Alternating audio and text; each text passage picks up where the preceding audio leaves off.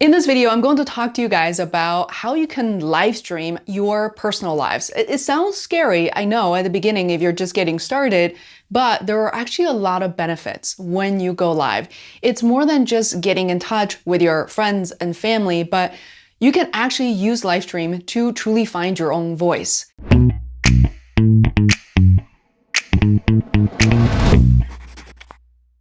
Hello there, this is Fei Wu from Feisworld Media. As I'm recording this, it's Sunday and I'm in a really good mood. A lot of good things are happening. Before we get started, quick shout out to restream.io who sponsored this video, made it possible for me. I love using Restream because they're not just a live stream service, but a multi-streaming and simulcasting service. That means that you can hook up Restream to all your social media platforms, Facebook, YouTube, Twitter, among dozens of others platforms, and you can turn those on and off at any time in a way that you can really repurpose and target your content depending on what the content is about and speaking right to your audience on any platform of your choice. In this video, I really want to just give you some ideas as to what you can consider as live streaming content. First is reflections and ideas. I think when we wake up in the morning, we always have so much to reflect on and to talk about.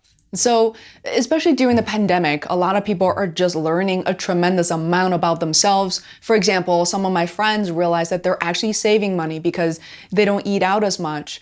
And then they realize what's truly important in their lives. It's not about going to another restaurant or buying another expensive item, but the time they spend with their friends and family, hugging each other, learning new things. Number two, really popular ideas a lot of people like to share are their home offices or an area where they read or how they're able to decorate a space that are perhaps, often talked about. As an entrepreneur, I've spent a lot of time right here in my home office. In fact, what you guys see is just a sliver into, what's in the space. I have a light in front of me. I have this camera. It's always parked here, ready for me to take videos. And I have my mom's gorgeous painting to my right. And I'm right now even wearing, the shirt. This is her painting, and I repurposed this and designed that. I almost never talk about these things, these side projects on my channel, but there are so many things that you can talk about through live stream, completely outside of your normal routine and your business life. Idea number three. Everybody loves cooking, making bread, making food that are specific to their culture or maybe a new cuisine they just learned. Since the pandemic, many of us spend a lot more time in the kitchen. Not just that, we start making dishes that we were not even familiar with. And personally, I'm a tea person, so there's a lot of Chinese tea I tend to make, which are full leaf tea I brought back from China. So part of your life can definitely be live streamed as well. And that will benefit other people's lives.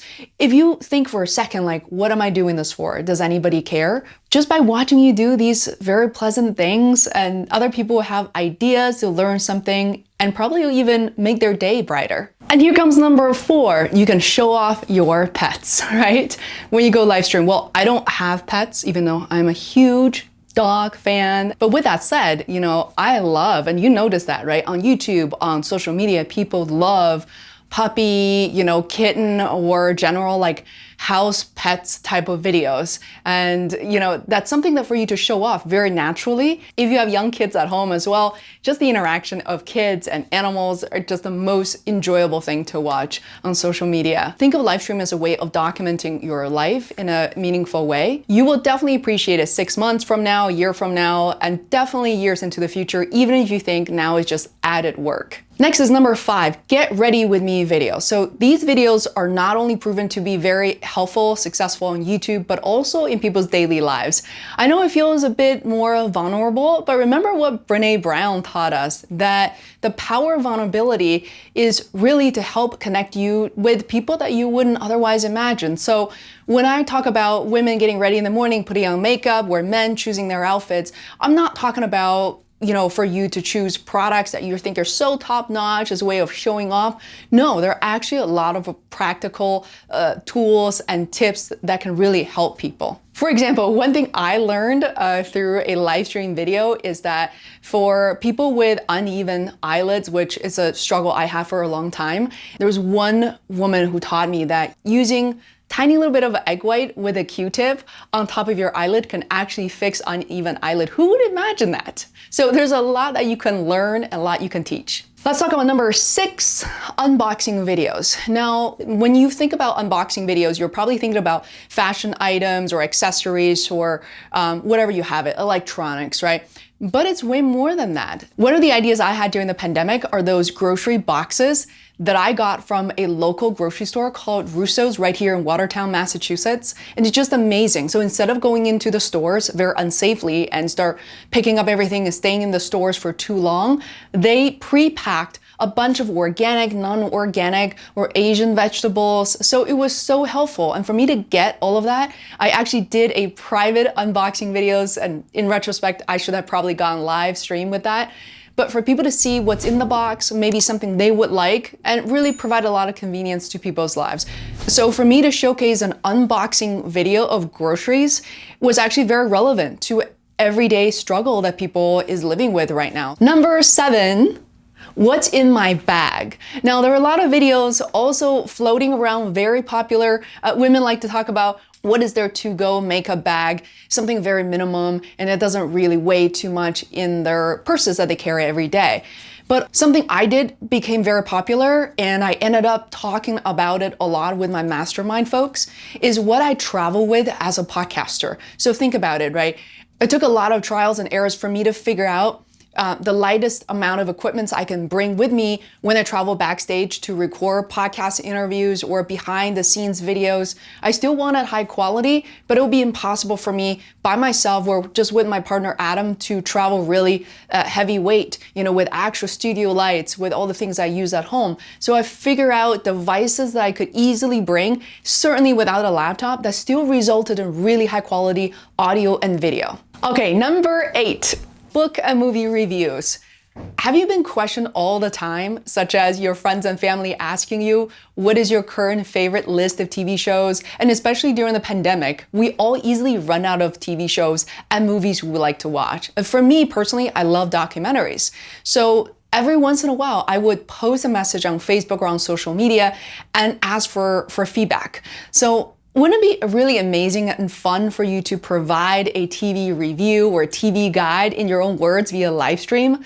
So people actually will tune in, because what I notice when it comes to social media is when you use common terms, whether it's brands, people's names that others will recognize, or in our case, TV shows and movies, you actually will have a lot of engagement. Look, at the end of the day, it's not so much about people having to agree with you or disagree with you, but when we're so isolated during the pandemic and the fact that most of us are not sitting at a restaurant, getting together, hugging our friends, it's a great opportunity to connect. Once you like the same things and you give people a really great way to spend their evening, such as watching a TV show for however long, 30 minutes, an hour, they will remember you and they will appreciate you. And therefore, you strengthen your relationship that way. I personally just think that is so much better than counting the number of likes or simply counting the number of friends you have, but to, again, provide value. That leads us to the final thing, number 10.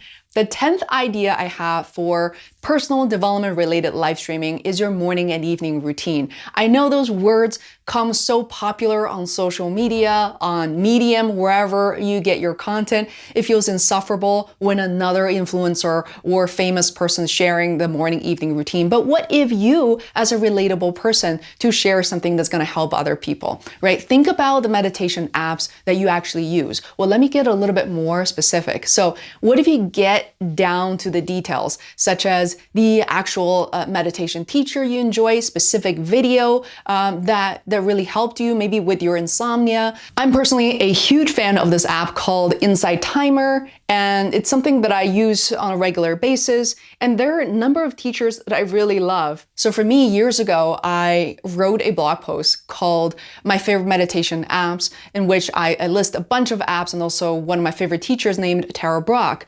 But now in retrospect, what I can easily do as a live stream content is to specifically dive into how you navigate this type of apps. Keep in mind, a lot of these apps become overly sophisticated, right? So many categories. So with that said, those are ideas. And if you want to take this more seriously, if you find yourself enjoying it somewhat, think about consistency. Maybe every Tuesday morning or Wednesday evening, you're going to go live to talk about your favorite TV show. You're going to talk about your new favorite book you just picked up from Amazon or elsewhere. So think about that, connect with people. It goes a long way because the way I built my business at Feisworld wasn't about advertising. In fact, I spent 0 cents on advertising at the beginning. Still, over the years, I probably spent $100 on YouTube just to see what it's like. But overall, it's always been word of mouth and referrals from, a lot of my previous colleagues, clients who have worked with me. A lot of them stayed in touch with me on LinkedIn and Facebook. So whenever I go live, I know I'm speaking to above and beyond just my close family and friends. So I hope you like this video. Hit the subscribe button, the bell button, and I'm going to see you in the next one. Take care for now. So much love for this community.